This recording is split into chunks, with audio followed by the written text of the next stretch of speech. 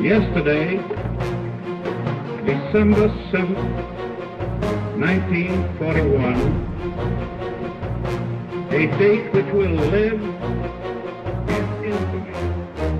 Hello everybody, Panzer King here in the Lion's Den, bringing you my first ever BBR for YouTube Wars. Yes, I'm playing the Americans and the KMT. And this is exciting, because you know what? I have watched 3 different players play their turns, and now it's my turn, and man, oh man, oh man, I love this map by Lieutenant Dan.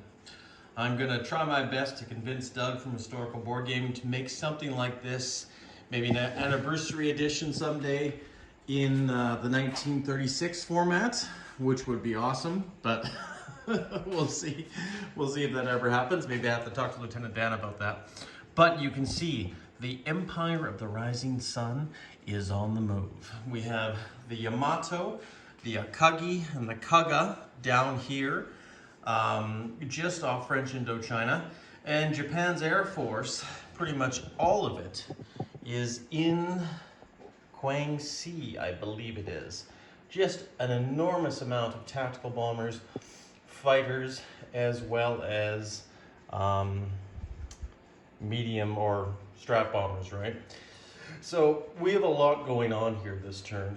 So that being said, we're going to put it this way: the KMT is going to be very defensive this round, and well, the USA, not much is going to happen with the USA. Hopefully I've set everything up correctly. Once again, it's my first game, so I want to make sure I do things right, or best I can. Don't think it really matters if I do the KMT or the US first, but the KMT, or China, however you guys want to refer to it as, I believe has 12 bucks to spend. They're going to spend they're going to spend all their money on 4 infantry. And they're going to be dispersed because I believe with BBR rules, China's territories are still decentralized economy, so you can put them anywhere you want. But however, we are going to attack one area in particular, and that is the area in the middle of my screen, which is Yunnan.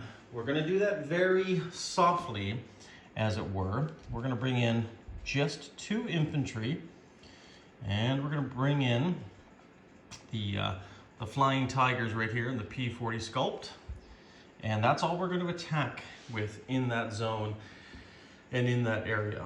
Everything else on the map is going to be non-combat moves. But I should just also say what I'm going to buy for the United States. And over here we have the USS Yorktown with a Wildcat and a Devastator torpedo bomber on our flight deck. Well, the Yorktown needs some brothers and sisters, or sisters rather. So we're going to lay down the Enterprise, and we're going to lay down the Hornet to assist her, as well as we're going to build another B-17, and we're going to build 1 artillery, as well as $4 of tech is going to be going to the Americans here. Now, correct me if I'm wrong, since it's our first round, I believe I should just be at P1, but I'm seeing some people may be at P2. So in the comments, just mention where I should be at the end of this turn, but for some reason I think that's where we should be. And that's going to be our tech. And over here, inspired by Commander Pax putting his anti-aircraft gun chips underneath the battleships, brilliant idea, I'm going to put my anti-aircraft markers on the bases of my battleships to indicate that they also have anti-aircraft, because that is obviously a new rule in the BBR setup. So here we go. Hopefully I don't make too many messes, but we'll see. If everything is how I remember it, I'm using Sire Blood's dice that I got from him 3-4 years ago. God, time flies. Here they are. The whites are the 1s, reds are 2s, blues are 3s, greens are 4. And I'm attacking with my fighter and my 2 infantry. I have not rolled these dice in probably 36 months. It's been a long, long time. Oh, thank God we got a hit. So that fellow in Yunnan is dead, but however, he does get a retaliatory roll, and I believe it is at 2.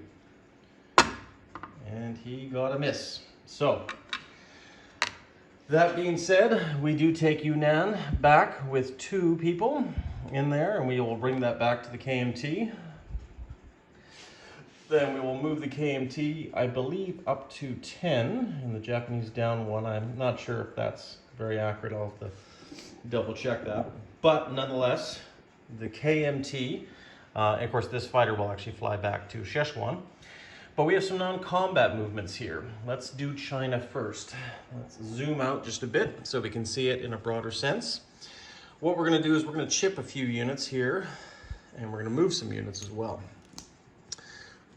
We'll just take 2 of these guys off and allow for some movement. And what we're also going to do is we're going to chip this guy out as well. So let's make it very simple on us. What we're going to do is we're going to move 1 up from Shenxi into Hopei. We're going to, yes, I should be doing my non-combat movements.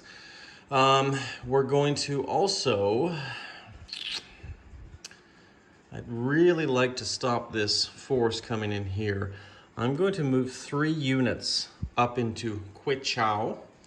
So that's going to be a total of 5 infantry units there. Actually, no. We're going to move 3 units up into Shenxi to reinforce Suyan and to reinforce Hopei. And then we're going to move in a cavalry. Actually, no, we'll keep our cavalry here for an offensive measure. But I think what we'll do is, I think that's fine. That's what we'll do. So now we have our placement of our units. And we're going to place, well, I guess we could always just chip them out. We're going to place 2, or an extra 1 in Hopei. We're going to place 2 in Szechuan. And we're going to place our final unit here in Quichao. And that is it, folks. That is all they wrote.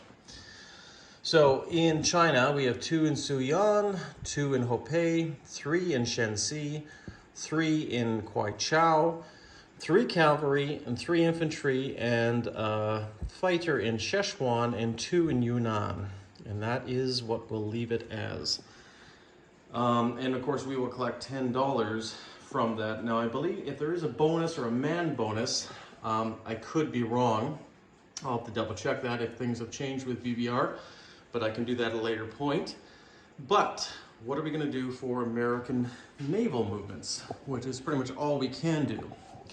Well, we'll just perch our camera here, and we can see this lovely battle group in the Caroline Islands, comprising of the Musashi and the Hiryo, along with a few escorts, are there for a reason, for possibly Pacific security or possibly to deter the Americans.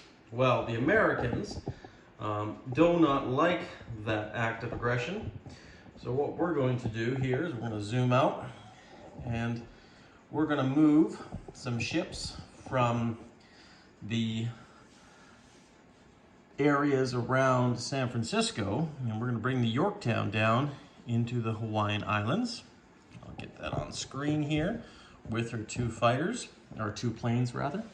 We're also going to bring the Iowa down to counter the Musashi, who is also with that battle group. Now we have a cruiser, we have a destroyer, and we have a submarine, and we have transport. We're also going to bring down another cruiser and a destroyer. And we're also going to bring a transport, and that transport is going to take 1 infantry and 1 artillery from the US mainland. And they will be perched here. We're also going to take 1 transport and move it back to San Francisco in C-Zone 10. From there, what we're going to do is we're going to take 1 fighter here, and we're going to fly it to Midway, of all places. to give them some air defense. And that is our turn in a nutshell right now. So we brought the Yorktown down and the Iowa, as well as her 2 Baltimore-class cruisers, to challenge the naval supremacy in, I guess you could say, the Eastern Pacific. And currently, right now, the navies are about equal, probably with the U.S. maybe having a slight edge, but we'll see how that turns out. Over here, guys, we'll go on over into the eastern side, and we are going to take our, actually let's just mount right here. We're going to take our Strat bomber from central United States, move it to the eastern United States. We're going to move 2 mechs up. Actually, we'll move all 3 mechs up and our tank into the eastern United States. We'll leave 1 infantry there. And that will complete everything on that side. What we'll do now is place our units. And our units are going to be another B-17 Strat bomber and a artillery. And then, of course, probably is no surprise, over here, far away from any Japanese threat, we're going to lay down the Hornet, and we're going to lay down the Enterprise off of San Francisco there. And they will await commands, and they will await new captains as well as armament from the United States. That actually completes our turn, guys. So at the end, believe we are at $52 for the Americans, and we are at $10 for the Chinese. And I believe I have not missed anything else. I probably have, but I'm sure you guys will mention it in the comments if I have.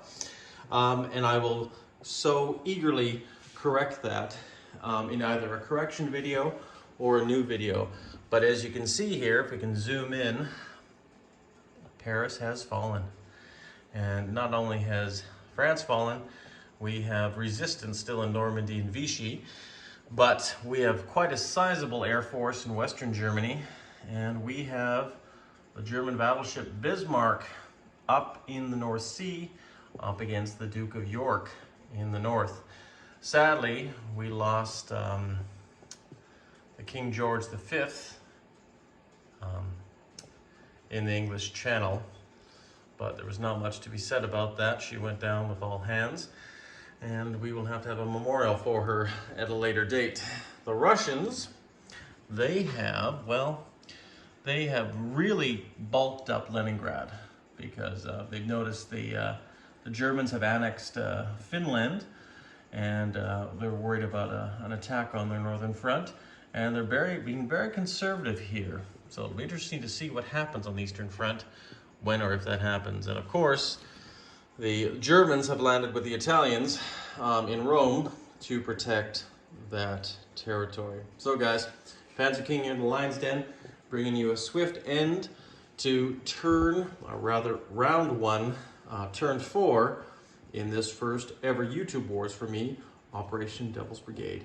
I'm going to pass it on, I believe, to Hambo next, and you will see what he does for the United Kingdom and the Commonwealth. Take care, everyone, and you guys all stay classy.